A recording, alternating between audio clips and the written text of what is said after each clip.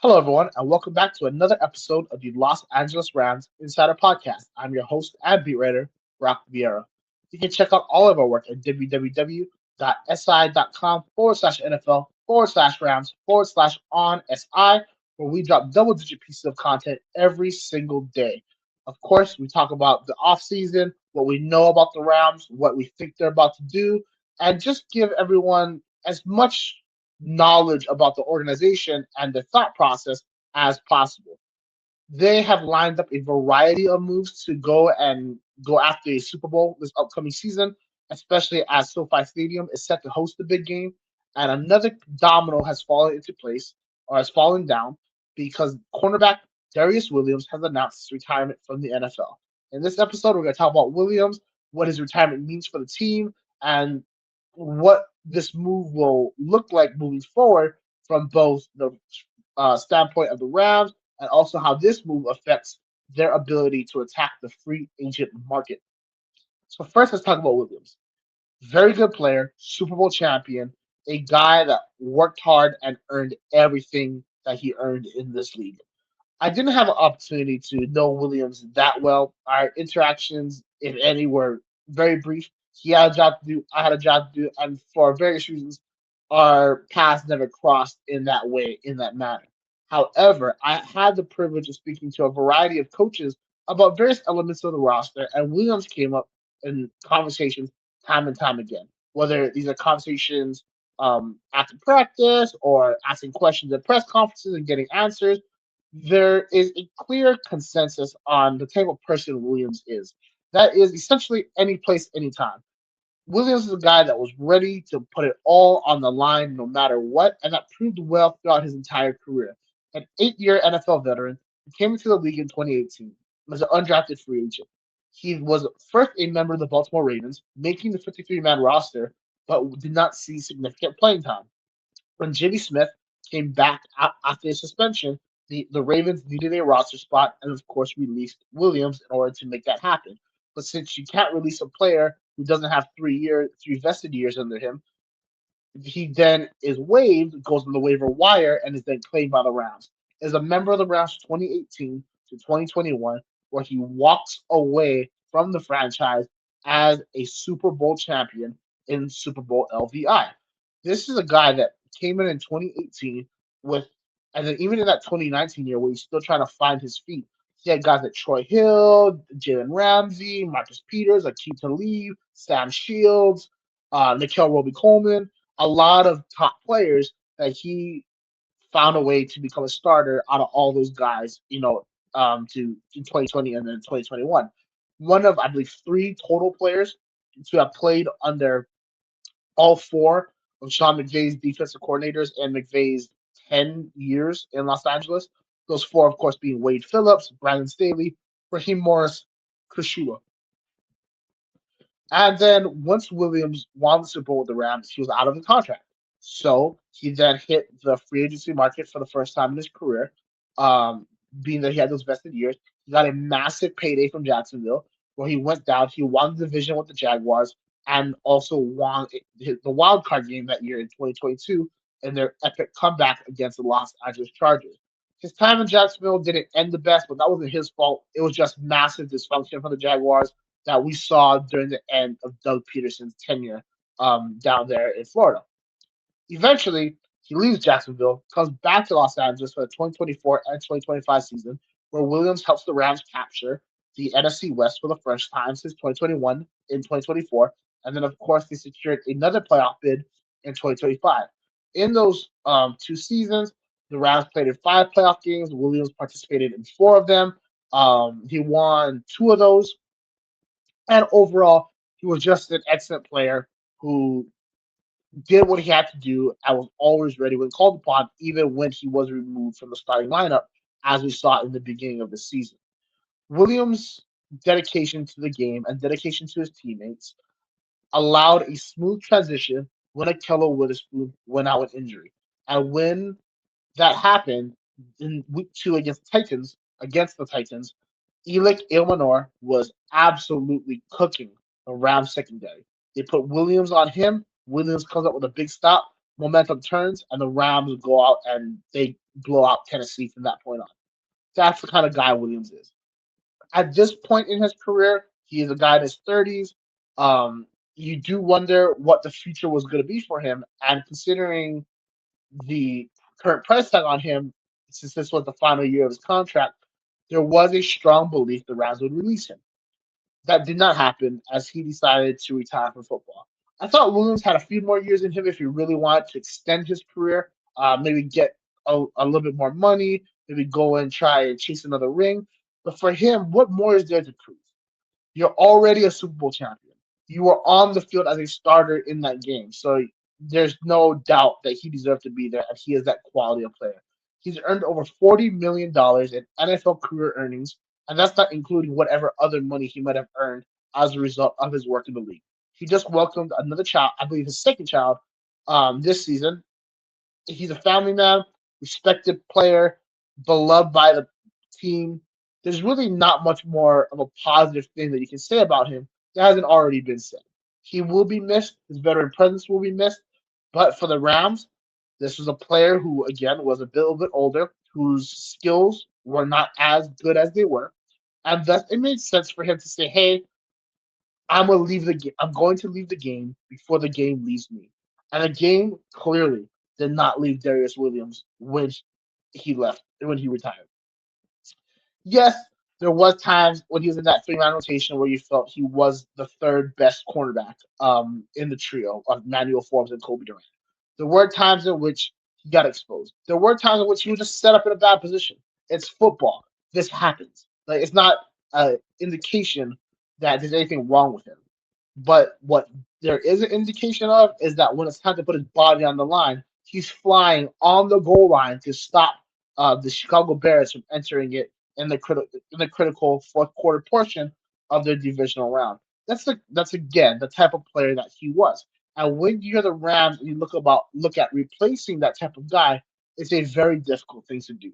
So that's going to lead us to the next segment, which is now that Williams has retired, what does this mean for the team and what does this mean for the Rams in free agency?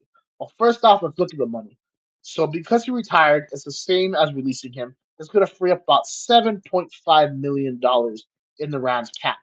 The Rams have a unique cap situation because they have a little more over 20 million when they made the trade for Trent McDuffie. Now that they've signed Cam Pro to an extension, we need to wait and see how exactly those numbers are going to look in terms of what his cap hit is going to look like on a year-to-year basis. If it's a straight up base hit across all 3 years, spread equally, it's going to be about 12 million, which is going to significantly cut into that cap that they have. But that 7.5 that they get back from Williams retiring helps ease that burden a little bit. There's also the potential that the Rams front load Curl's contract with guaranteed money, so therefore there's a bigger hit in his first year compared to the final two, which makes Curl easier to cut as the years go on. But in the same breath, you also are putting a lot of strain on this year's finances. It's the same kind of deal they did with Kyron Williams, Quentin Lake, and also Nate Landman. So that's why I brought that up. However, if they structure it in a way where Curl's money goes a little bit down the road, that helps out this year. But with Trent McDuffie's expected extension set to earn him over $30 million a season, there is a question of if you already have Curl at 8 figures a year and McDuffie's at over 30 million.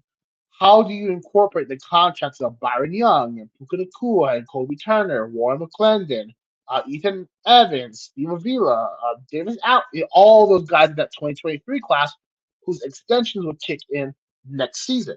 You could put Carl's money heavier on this season, so you lighten that load up for next season for that 2023 class, but that's to be seen. So that's how at $7.5 million. So that's a crucial number. And here's why. The Rams need to be able to sign their entire draft class. And when you have the 13th overall pick, it's going to be one of the higher paid players in that entire draft. The good news, though, is that when they made the trade for McDuffie, they also sent multiple day three picks. So that kind of lightens the load. Very, very minor, but in a way, it helps out a little bit, especially when you're crunching numbers. I think that this move to one for Williams retiring to get that 7.5 million and whatever remains from when they finalize Curl's deal for this season, that is going to allow the Rams to go out and get a priority free agent on a 1 to 2 year deal who's a veteran who maybe wants to go chase a ring. I think they attack the offensive side of the ball with that, and then they can use the rest of their draft to supplement the roster. There's not a massive need at a variety of positions. And when you look at that 13th overall pick, to me, this move for Williams signals that there's only two ways, unless somebody who's very talented falls, that the Rams can go to in this scenario. That's outside corner, wide receiver. They need a cornerback in order to complete the rotation, and also just for depth. And then they need a wide receiver to be the heir to Devontae Adams when they leave, and also to provide Matthew Stafford a third top threat. I think that at this point, the Rams understand that as long as you have Puka Nacua on that field, you're good on offense. Defensively, though, Matthew Stafford in the NFC Championship game threw over 350 yards, three touchdowns, and no interceptions, and lost. The only quarterback in NFL history to do that, I believe, in an entire playoff game. Uh, Not NFC Championship, the whole history of the NFL playoffs. Only guy to ever do that.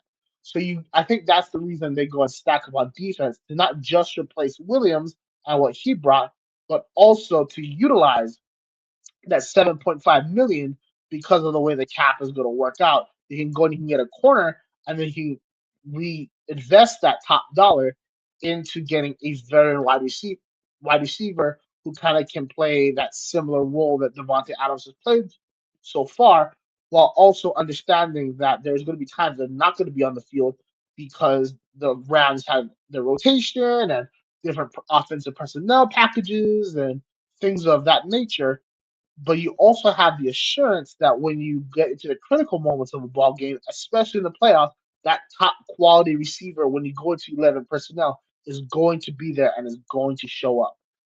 That's what I think is a major takeaway from Williams' retirement. When it comes to Williams himself, he will be missed. Veteran player, veteran mindset, veteran attitude, aggressive, disciplined, overall, just a good guy to have in the locker room.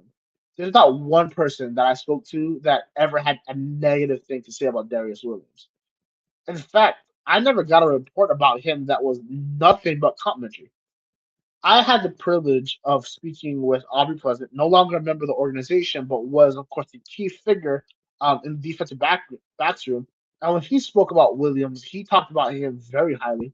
Obviously, Pleasant had two opportunities to coach him. One during Williams' first stint, which was also Pleasant's first stint with the organization, and again in the second one. And we talked to Pleasant, we talked to Sean McVay, we talked to Chris Shula.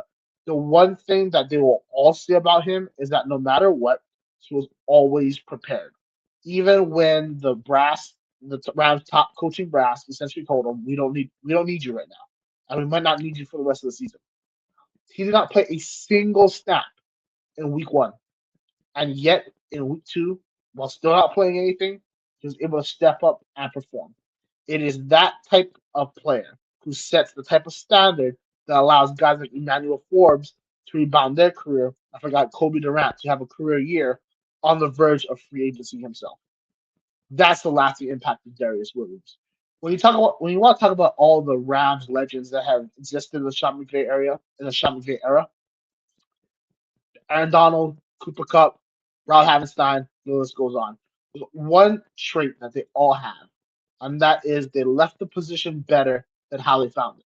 That's exactly what Darius Williams did. He did it twice, and that is why, while he might not go down as a overall Rams legend, he will forever be known as a champion of just football and also a champion at being a man amongst men. Happy trails, Darius. It was a pleasure to cover you, and we look forward to seeing what Darius does with the rest of his time and wherever he goes next, wherever his pursuits will be, and also where do the Rams go after this situation subsides and they're able to attack the free agency with full conviction as soon as that window opens. This has been Brock Vieira from the Los Angeles Rams Insider Podcast. We'll keep keeping you all up to date with what's happening in the legal tampering period and as soon as free agency opens. And of course, once free agency opens, It's going to be the floodgates to what should be one of the most exciting off seasons for the Rams in recent memory. Take care.